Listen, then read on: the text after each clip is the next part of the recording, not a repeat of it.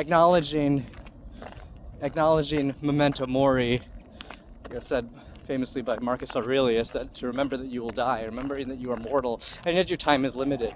But you have the capacity in your life to transform energy across space and time. So how do you want to do that before your time is over?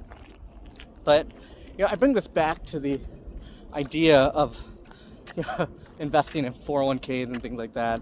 I mentioned in a prior video, I was lucky enough to invest some money into Bitcoin relatively early on.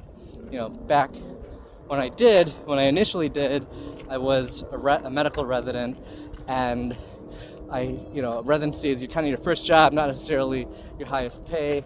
And I think at the time, you get your new orientation, and everybody talks to you about a 401k, and they talk to you about it as though it's your first time ever having money, and they talk about the value of it and compound annual growth rate and why investing now is absolutely the best thing ever,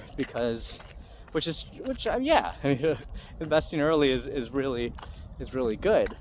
But here they want you to allocate it into a 401k, and then you don't know exactly what a 401k is, and then the more you dig into it, it's investing in a fund including multiple stocks run by companies you don't know, all within a portfolio managed by somebody else, in a manner that some experts think is going to grow safely and securely and steadily over time.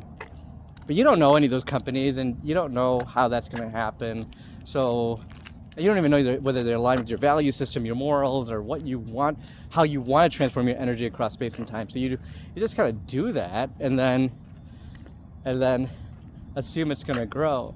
But the thing, I didn't have much money at the time, so I did invest in Bitcoin instead.